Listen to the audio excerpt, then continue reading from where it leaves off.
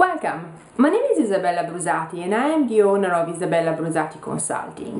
My company specializes in cross-border mergers and acquisition, integration and restructuring. Over the next few weeks, I will be publishing videos that will explain how basically change works. I've got plenty of clients that ask me, but how do I get to the point where change is going to be successful? Well, it's actually much more than getting processes in places, getting timelines, getting resources. What usually makes or breaks a deal is actually the people's element. So it's taking into consideration how people react to change. How is it possible to break down the resistance to change? Of course, processes are very important. Timelines are very important. Getting the right resources in terms of individuals and in terms of financials is fundamental. But if we don't get people on board with change, well, actually, it's very likely going to fail. In fact, between 50 to 77% of mergers and acquisition fail to deliver value. And this is why? Well, actually, one of the main reasons is because senior executives tend not to consider the people's element when dealing with this kind of deals. And it goes the same for integration and restructuring. People are the main resource of a company, and if the issue of change management is actually managed in a proactive way rather than in a reactive way, this definitely increases the possibility that the process is going to be successful, and therefore that the company will reach synergies in the medium and longer term, and also that the return on investment is going to be significant rather than actually ended up into a loss. The analysis of how to deal with change management, in particular with the human element of change management, requires taking into consideration some theories. Some of you may think, oh my god, now she's gonna go on with, the waffle, talking about, psychological theories and so on and so forth. Well, what I would like to ask is to keep an open mind, because these theories actually are not exactly what I would define as waffle. They do have a scientific background, and actually they prove to work. So the most important thing when dealing with change management is actually keeping an open mind. And that's actually by not keeping an open mind that we are putting ourselves in the same position of the employees that actually are resisting the change. So let's look at the main points and the main theories that will help you as a leader in getting tangible and positive results when dealing with change management. Take into consideration, first of all, that over the past 10 years in the UK, the change management, for example, whether it's mergers and acquisitions, whether they are restructuring, actually are affecting companies in a much higher number than what it was, for example, 20 years ago. So the attitude of swiping the problem under the carpet, thinking that, oh, we're not going to be affected, well, it's actually avoiding the issue. So the best thing is tackle it, look at the different options that you have, and you will have the possibility to be much more effective when dealing specifically with the change management in your organization, and therefore get added value and competitive advantage compared to your competitors. So let's start. Well, first of all, individuals are at the heart of the change management process. It is fundamental to understand how people react to change. Basically, to adopt a proactive rather than a reactive approach. There are fundamentally four different approaches in dealing with change management, and we will go through every single one in different videos. The first one is the behavioral approach, the second one is the cognitive approach, we then had a psychodynamic and a humanistic psychological approach. You may go, oh my god, what is she talking about? stick with me. We will go through step by step in a very pragmatic way in helping you to deal with change management using this specific approach.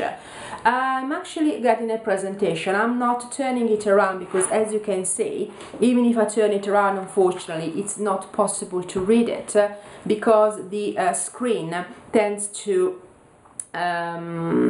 be catch up by the camera properly. So in these videos I will not be in a position to show you the presentation, but I will go through it itself. So first of all, we will look at the behavioral approach. What does that mean, behavioral? Well, actually this approach looks at how the individual can change another individual's behavior by a mixture of reward and punishment. It may look a little bit like a big word and saying, oh my gosh, punishment in what way? Well, actually it's a very simple concept. For example, let's take into consideration a company. Let's pretend that company A has got significant problems with their customer service. They are receiving an exceeding level of complaints, customers are leaving, they are going to their competitors, there is a high turnover within the company, things are clearly not doing well, and we need to change. So how do we do that? One of the possibilities will be actually to reward those people that adopt a certain kind of behavior that the company identifies as being effective. So for example, in the case of this customer service, is actually how do we increase the customer service? It's possible first of all to define the exact behavior that we want the employees working in a specific function to adopt. So for example, is a script when they start dealing with the customer, always addressing the complaints, always being polite, always being very customer focused and orientated. But you need to state specifically the behaviors that you want your employees to adopt. And then there is the part of the reward. So if employee A adopts the behavior that you have clearly indicated, they will receive a reward. A reward that can be financial. This is actually typical of a sales-driven organization. Or it can be non-financial. So financial can be a bonus. So for example, if you employee adopt the behavior that I wanted to adopt and you reach these specific targets, you will receive this amount of money. This is very simple. Or if your employee comply with this specific behavior, you will receive a non-financial reward. For example, could be praise, positive feedback from your manager. On the other side, if you do not reach the targets and therefore you do not comply with the behavior, first of all, you will not get the bonus. And second thing, you will not get praise, but you will get personal criticism. So it's a very reactive approach. You do this, it's a little bit of a carrot and stick approach, I would say. If you do as you're told, you get this. If you don't do as you're told, basically, you will get exactly the opposite. So you will not get the reward. There is a problem with this approach, and actually doesn't take into consideration how individuals experience change. So it's the individual element, not everyone is the same. So this is a drawback, and you have to be aware of this. But let's look at the main theories in this specific approach, so the behavioral approach. The first one is by Douglas McGregor, and is actually theory X and theory Y. We say, what's that? Well, theory X, there has got an assumption that actually people dislike work, they need to be controlled, they need to be told what to do, they are fundamentally lazy, they actually lack ambition. Whereas theory Y states that people regard the work as natural, they're looking for self-fulfillment, and if they're put in the right work environment, they actually take on spontaneously additional responsibilities. Basically, if you adopt the behavioral approach based on theory X and Y in change management, you will very likely start from theory X. So basically saying that people are fundamentally not prone to take on additional responsibilities, they don't like work, and so on and so forth. And therefore, in order to motivate the employees to align to the behavior that the company requires, you will have to adopt this reward and punishment approach, and also you will have to state exactly what the reward strategy would be and put in place a clear performance management process, because basically you will have to check that the people are complying with what the behavior that the company is expecting. As you can see, it doesn't take into consideration the slightest the individual elements, so how basically the person is experiencing change.